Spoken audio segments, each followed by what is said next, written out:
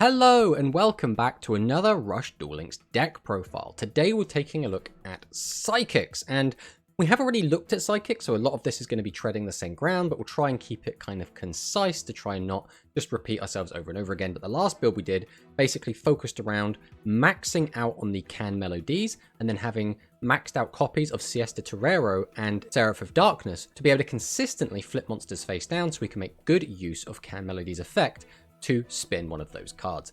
This is more of the generic kind of Psychic list. This is more of get your guys out, boost your attack up, slam into your opponent, and try and basically OTK them. So first up, let's take another look at the skill. So this skill can be used if all the monsters with 1400 more attack in your deck are Psychic type, which is completely fine. From turn 2 onwards, we can choose a face-up Psychic type monster on your field. It becomes level 5 to the end of this turn. Now this is relevant basically just to use with Can Melody, and if the monster is Candy, we can also choose one level 7 light attribute Psychic type monster, or Prima Gitana, or one Jamp up from our deck and add it to our hand. So obviously Candy now becomes a very integral combo piece, because if we get access to Candy, we now have access to Prima or to Jamp up. And Jamp up is also really, really good, because we can kind of use this as tribute fodder. We can just use this as a monster to tribute, as long as we have another Psychic monster to tribute. But if we do use it with Candy, we can boost the monster by 15, which is very, very important, since we do want to basically get as much attack points as possible to try and OTK our opponent. So, Can Melody is extraordinarily important for this deck. We can spin our opponent's back row. We can also get rid of our opponent's monsters. So if our opponent does have, let's say, set 3 pass, we can actually get rid of one of those and then get a direct attack in. Quite often, we were actually able to get out our Can Melody and our Prima Gitana, boost Prima Gitana with both a Jamp up as well as its own effect, boosting up to over 4000 attack, and then getting a direct attack for 4000 damage in, which is really, really powerful. So Can Melody is extremely useful for both getting rid of back row, which will basically allow us to attack him without having to worry, and getting rid of monsters so we can beat set 3 pass. Prima Gitana is just as important though. Having to pay 1000 life points usually is a detriment, but sometimes can be a benefit, since there are some effects that require us to be lower on life points, such as the Roman pick. But Prima Gitana basically lets us get to those ridiculously high attack point numbers to be able to attack in and kill our opponent. This card is also, again, searchable using our skill as long as we have access to Candy, which is extraordinarily important. Roman pick is absolutely fantastic. It is still a massive shame we're limited to one copy of this card, because it is just incredible. Mill 3, grab a Psychic back from graveyard to hand is always going to be unbelievably powerful. And if we use our skill on our Roman pick, we can make this level 5, put it back to our hand with Can Melody, and then use it again, which is insane. Then we have the one copy of Magical Miracle. We're on the 4 boss monsters, and that works out quite well. Generally, if we have more than 4, we do tend to brick on them. And even though people might think 4's too small, because we have the 3 Candy and our skill, it's like we have access to 7, so it actually works out quite nicely. Magical Miracle being at limit 3 does kind of hurt, but having one copy is still really, really good. And if we get it alongside Candy, we can bring back one of our boss monsters from the graveyard, which is really good. Next up is Essel, and Essel is a card I've gone back and forth with whether I like it or not. If we're going second, there are just some hands that can just basically win the game.